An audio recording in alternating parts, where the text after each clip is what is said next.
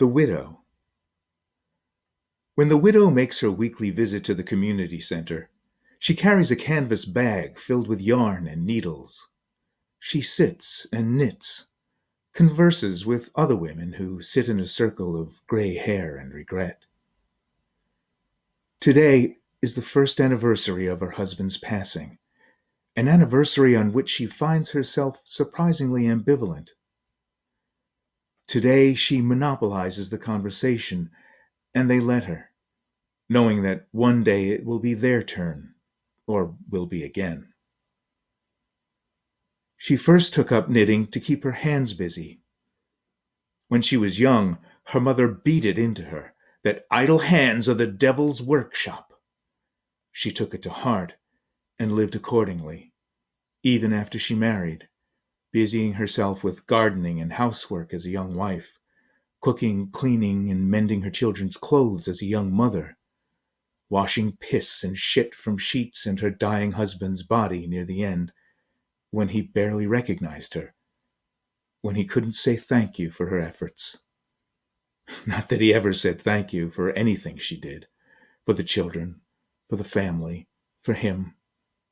Never a thought for herself. If she had taken up needlepoint instead of knitting, there would be pillows scattered around the house with those exact words stitched in bright red. Never a thought for herself. And though she kept her hands busy, the devil came anyway, stole her husband and children and happiness, and left her alone.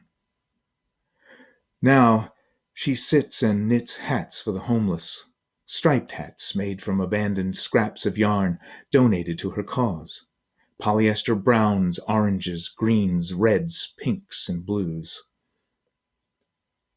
"This is my 100th hat of the year," she says, referring to the work in her hands.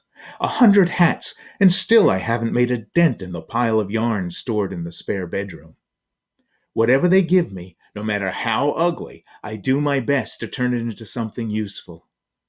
It would be great to pick out the yarn I wanted to use, but that's not how it works.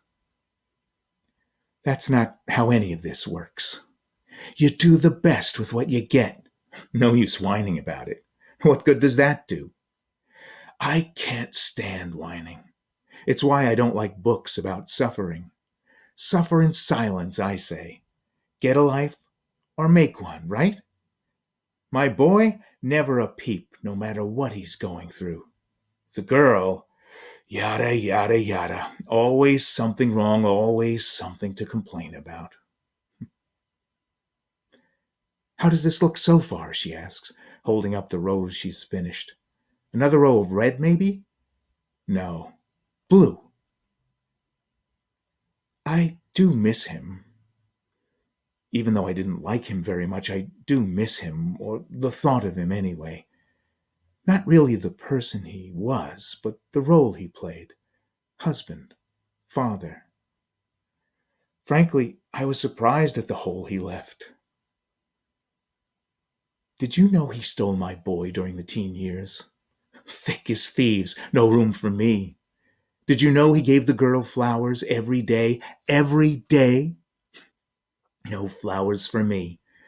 We'd hardly touched in years. But I suppose I loved him, like that song from Fiddler.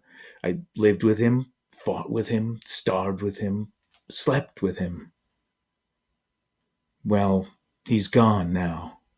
He's gone, and I'm still here. Sometimes I think he's the lucky one.